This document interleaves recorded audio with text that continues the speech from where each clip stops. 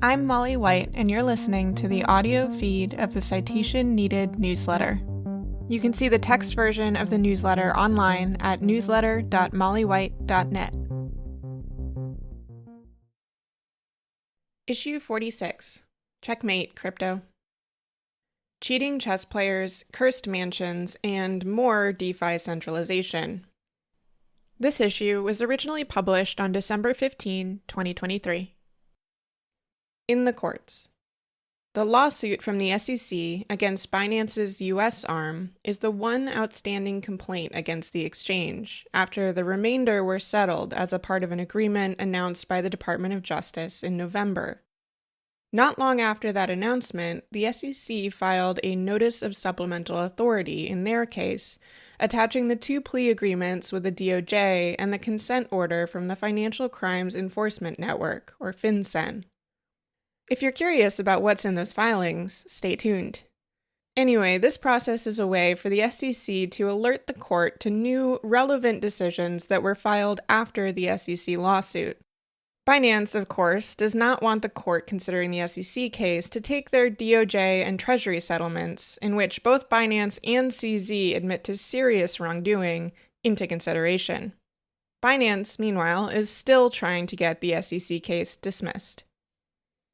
A long-running criminal trial in Austria took a dramatic turn when the main defendant, who had been arguing his innocence despite seemingly admitting to some portions of the crime earlier on, suddenly gave up. Quote, "I've run out of steam, I've finished driving, I plead guilty in full and ask for a lenient and speedy sentence," he told the judge. When asked by the judge what exactly he was pleading guilty to, the defendant replied, "I don't know anything about criminal law. Based on my descriptions, Ms. Prosecutor, what would you say?"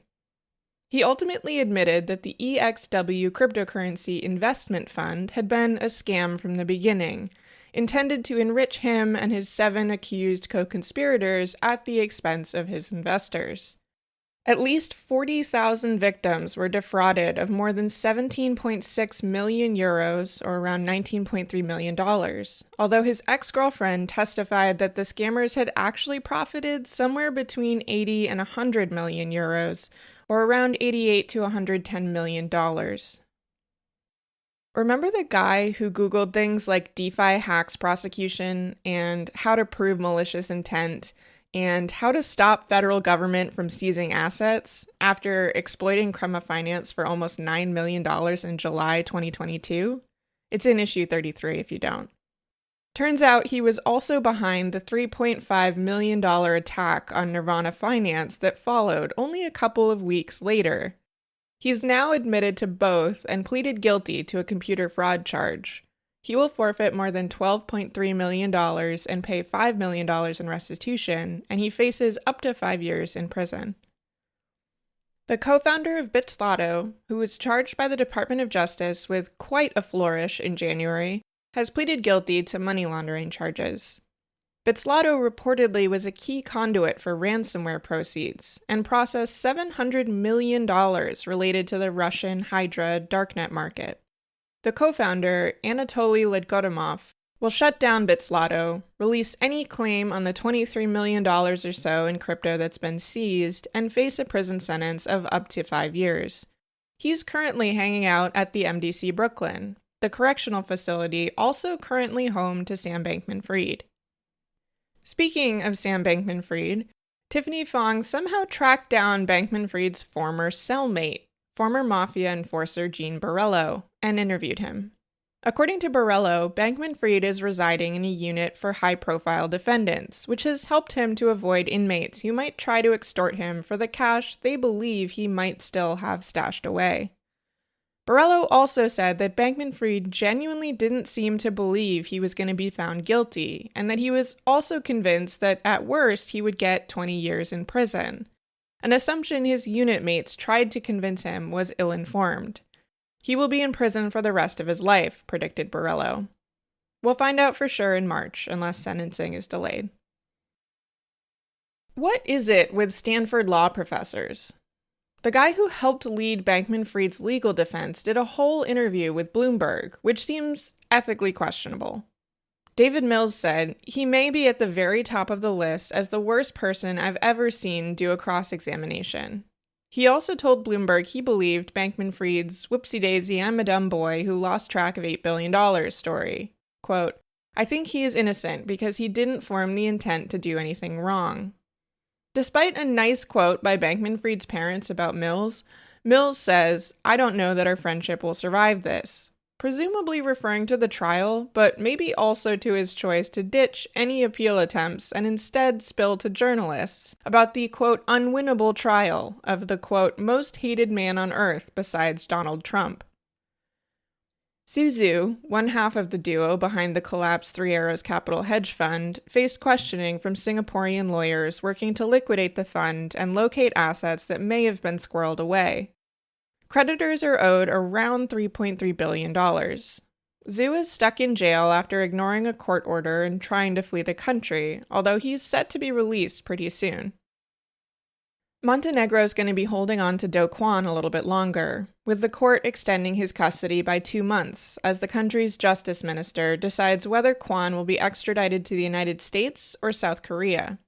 The rumor is he'll be coming to the US to be tried here, but that hasn't been formally announced and likely won't be until Kwon's last-ditch appeal of the extradition decision has been decided.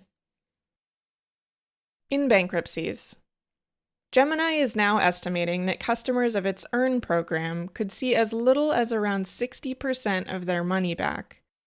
This estimate is based on a new reorganization plan by Genesis, which was Gemini's partner in this Earn program, and which has been the target of fiery public letters and court filings from the Winklevoss twins, ever since it became clear that their company wouldn't be getting the money back. However, some have noted that 60% might actually be overestimating things, because the payments are dollar-denominated and calculated based on Bitcoin prices at the time of Genesis's bankruptcy petition, when it was around half of today's price. Needless to say, Gemini creditors are not thrilled, and many have urged other creditors to vote no on the proposal. Quote, "You stole our money. Give it all back, every single dollar," wrote one Twitter user in response to the Gemini announcement. Over at FTX's bankruptcy, the judge is trying to push things along as things have gotten mired in a dispute between FTX and the IRS. The IRS says that the company owes $24 billion in unpaid taxes, making them the company's largest creditor by far. The FTX estate has argued that the IRS is massively overestimating the amount owed by FTX, which the IRS had originally set at $43 billion. Quote, "There is simply no basis to support the IRS's meritless claims that the debtors owe tax in an amount that is orders of magnitude greater than any income the debtors ever earned, and that would effectively prevent most of FTX's creditors, themselves victims of fraud, from obtaining any meaningful recovery," they wrote in a filing. At a recent hearing, Judge John Dorsey seemed to agree with the FTX debtors that the IRS can't just throw out a number without any justification, and scheduled a hearing for early next year to determine how much FTX actually owes so things can get moving again. In government, Hamas continues to have congresspeople really worried about cryptocurrency. Senators Mark Warner, a Democrat from Virginia, Mike Rounds, a Republican from South Dakota, Jack Reed, a Democrat from Rhode Island, and Mitt Romney, a Republican from Utah, have put forward a bill in the Senate called the Terrorist Financing Prevention Act of 2023. It would seek to broaden current sanctions on organizations that facilitate financial transactions with terrorist groups. Under the new bill, current sanctions, which are mostly focused on Hezbollah, would be expanded to include groups like Hamas. It includes language that would allow the restrictions to extend to primary money laundering concerns even if they don't involve U.S. bank accounts, a strategy explicitly aimed at broadening FinCEN's authority to crack down on cryptocurrency firms. Another senator, Elizabeth Warren, a Democrat from Massachusetts, has recruited a whole slew of others to back her Digital Asset Anti-Money Laundering Act, which is also focused on illicit cryptocurrency use cases, including terrorist financing and ransomware. According to the senators backing the bill, it would simply close loopholes in existing regulations and require cryptocurrency platforms to abide by the same anti-money laundering rules that banks follow. Among other things, the bill aims to extend the Bank Secrecy Act, the law enshrining anti-money laundering programs among financial institutions, to apply to more of the crypto world. Although it already applies to some entities, as the Binance consent order from FinCEN recently illustrated, Warren and company are hoping to broaden it to cover groups including crypto miners and validators, something that I don't think would be desirable or practical. You probably won't be surprised to hear that much of the cryptocurrency industry agrees with me on this particular point, and some, such as lobbyist group Coin Center, have argued that it would actually be unconstitutional. This particular claim seems to me to be based on the idea that the Bank Secrecy Act, as it currently exists, is unconstitutional. In fairness, this is not an opinion unique to crypto lobbyists, but it is also one that was addressed by the Supreme Court in 1974. Anyway, given the gridlock in Congress around crypto, I'm not holding my breath for any new crypto legislation, good or bad, anytime soon. Over in the CFTC, commissioners have voted to publish an apparently FTX-inspired rule to the public comment stage, which is a step along the way towards enacting it. The proposed rule would require derivatives clearing organizations to segregate customer funds from their own. Elsewhere in crypto, my favorite thing about Bitcoin's Ordinals project, which are NFTs on the Bitcoin blockchain essentially, is that it makes some of the Bitcoin developers steaming mad. It's been almost a year since Ordinals were first introduced, and although they haven't matched the mainstream hype extremes of the NFT mania a few years back, they haven't gone away either. Recently, the Bitcoin network has gotten so congested thanks to the data-heavy Ordinals transactions that the pool of unconfirmed transactions has grown, and with it, transaction fees, which are today averaging around $14.23 per transaction. Some Bitcoiners think Ordinals are great, some have adopted a live and let live approach, and some think they're horrible. Luke Dasher is a member of the latter camp, and naturally is frothing mad again. See issue 20 for the first time this happened. He's reiterated his position that Ordinals are spamming the blockchain and are exploiting a vulnerability in Bitcoin, and argued that these types of transactions need to be filtered out by miners to protect the network. This is an argument that you'd think might be tough to square for a guy who is also ideologically behind Bitcoin for its censorship resistance, but he seems to have no issue with it. He has also, somehow, managed to argue that his code to allow Bitcoin miners to opt not to mine these transactions is not censorship, while code that rejects peers using this code is. Someone, widely assumed to be Dasher, also submitted the so-called bug that allows Ordinals to exist to the US government's National Vulnerability Database, which records known software vulnerabilities. Tattling to the government to try to get your way in an argument about a software project supposedly outside the government's control makes for pretty delicious irony. I guess if you're an NBA star looking to buy a mansion, you should check first that the previous tenant wasn't the so-called crypto king, who still owes victims around $40 million. Shai Gilgeous-Alexander of the Oklahoma City Thunder purchased an $8.4 million lakefront mansion in Ontario, but days after moving in, answered the door to an angry investor looking for Aiden Platursky. When they called the police, officers told them that they had received previous break-in reports at that address. A person in the private security field also told them that a victim of Platursky's fraud had threatened to burn the house down in the past. Gilgeous-Alexander ultimately was able to unwind his purchase of the home and recoup mortgage and insurance payments after a court found that the seller made a fraudulent misrepresentation by not disclosing that Gilgeous-Alexander could face, quote, objectively reasonable danger generated by the repeated and ongoing visits to the property by angry creditors. And given that one of the fraud victims previously kidnapped and beat Platursky, this really doesn't seem like an unfounded fear. As for the Crypto King, who is in the middle of this $40 million bankruptcy proceeding, well, he's only been enraging said angry creditors further by posting photos on social media showing him driving luxury vehicles, spending $150,000 on Legos, live streaming himself gambling online for hours at a time, and traveling internationally.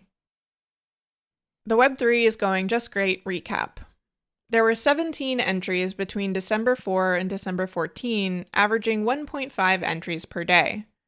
$1.429 billion was added to the grift counter. Ledger reminds us how centralized DeFi is. Decentralized finance, where one compromised library causes frantic warnings of, quote, do not interact with any decentralized apps until further notice. Far from avoiding centralized points of failure, DeFi projects so widely use the Ledger connector library to implement the wallet connection portions of their projects that an exploit caused the whole DeFi space to come to a screeching halt. It's a little early to talk about losses, but an early estimate of $610,000 was actually a bit lower than I expected for such a major vulnerability, perhaps because it was noticed fairly quickly, in part helped by the attacker's code, which contained helpful variable names like trainer popup. This was hardly the first incident to expose the centralization of DeFi. For an oldie, check out my post titled The Oasis Counterhack and the Centralization of DeFi. Still, some crypto folks seem to grapple with the issues this incident exposed. One tweeted, "Put another way, we are seriously fucked if one dev can click on a phishing link and compromise almost every meaningful app's front end in the ecosystem. Read that sentence again and again until we internalize how absurd and unacceptable this is." Others, however, suggested that it should be up to users to audit every project they use, including their dependency management practices. The future of finance! Ledger later published a postmortem of the exploit, blaming it on a, quote, former Ledger employee who fell victim to a phishing attack that gained access to their npm.js account, which then allowed an attacker to publish a malicious version of the library. At least for me, this raised only more questions. Namely, why did a former employee still have access to Ledger's release tooling? Why was clicking a phishing link all it took to give a malicious actor full release access? A $1.3 billion scam. The Hyperverse cryptocurrency scam has, by Chainalysis's estimates, brought in $1.3 billion from a massive pool of victims, mainly in Australia. The worst thing is, this is not the scammer's first rodeo. In 2019, the Australian cryptocurrency exchange ACX halted withdrawals. In late 2021, ACX's parent firm, Blockchain Global, entered liquidation with an estimated $50 million in creditor claims. The liquidator ultimately referred the firm's leaders, Sam Lee, Ryan Shu, and Alan Guo, to the Australian Securities and Investments Commission, having himself had trouble tracking them down, but ASIC never took any action. So there was nothing stopping Lee and Shu from starting a new scheme, this time in the form of a pyramid-style crypto investment scheme that promised huge returns. Some individual investors put in tens or hundreds of thousands of dollars, and in some cases, it was their life savings. Hyperverse's website went offline in mid-2023, but the two are still involved with schemes, including StableDAO and We Are All Satoshi. In September 2023, the California Department of Financial Protection and Innovation described both in cease and desist letters as, quote, fraudulent pyramid and Ponzi schemes. Checkmate blockchain. After raising $12 million from various crypto-focused venture firms, Immortal Game has finally realized that, quote, by offering large amounts of cash with no limit barrier to entry, we encouraged heavy cheating on the platform. Well, sheesh, who could have predicted that? They announced that they would be transitioning from a blockchain chess company to just a chess company, ending support for their Checkmate token and halting development on ongoing play-to-earn and NFT projects. They did, somewhat ironically, say that they were open to using Web3 technology for anti-cheat measures. Everything else. SafeMoon has filed for bankruptcy. CoinList reached a $1.2 million settlement with OFAC over Russian sanction violations. Money launderers were charged over an $80 million crypto romance scam. A crypto scammer suddenly pleaded guilty in the trial surrounding the EXW fraud. Grifter-in-chief Donald Trump is hawking new NFTs with his mugshot on them. Fraudsters have stolen more than $25 million in a so-called AI-powered crypto Ponzi scheme. The OKX DEX suffered a $2.7 million hack. Qcoin was fined $22 million in New York. Yearn Finance accidentally swapped its entire IP Y-Curve version 2 treasury and asked nicely for the money back. The Uranium Finance hacker has been cashing out in Magic the Gathering cards. Do Kwon reportedly is going to be extradited to the United States. The A-Euro stablecoin isn't, and Noster assets got clogged up. In the news, several people reached out to me to let me know that my work had been cited on the Behind the Bastards podcast about Sam Bankman-Fried. Super cool. They cited my newsletter post about the discussion of FTX's codebase during the trial. The podcast episode is titled Part 2, The Last Sam Bankman-Fried Episodes. Cointelegraph wanted to know what I thought were some of the top signals of the 2021 cryptomania. The moments where, looking back, it is clear the bubble was way overinflated. I pointed to celebrity shilling, like the incredibly awkward conversation about Bored Apes between Jimmy Fallon and Paris Hilton, and the cringy attempts by big brands to adopt the crypto lingo. Worth a read. 404 Media has a great story about right to repair, or lack thereof, and a Polish train that was remotely disabled after its operator had an independent service provider perform regular maintenance on it. The train operator found some hackers to re-enable their train, and now the train company is threatening to sue them, claiming the train could be unsafe. This is titled Polish Hackers Repaired Trains the Manufacturer Artificially Bricked. Now the train company is threatening them. It's paywalled, but it's worth a read if you have access. If you're fresh out of ideas for what not to get your Luddite friend for the holidays, Brian Merchant has you covered with The Worst Tech of 2023, an anti-gift guide, published in the LA Times. He polled some great folks in the critical tech world, and they came up with some good ideas, although somehow blockchains didn't make the list. Perhaps that was more of a 2022 anti-gift.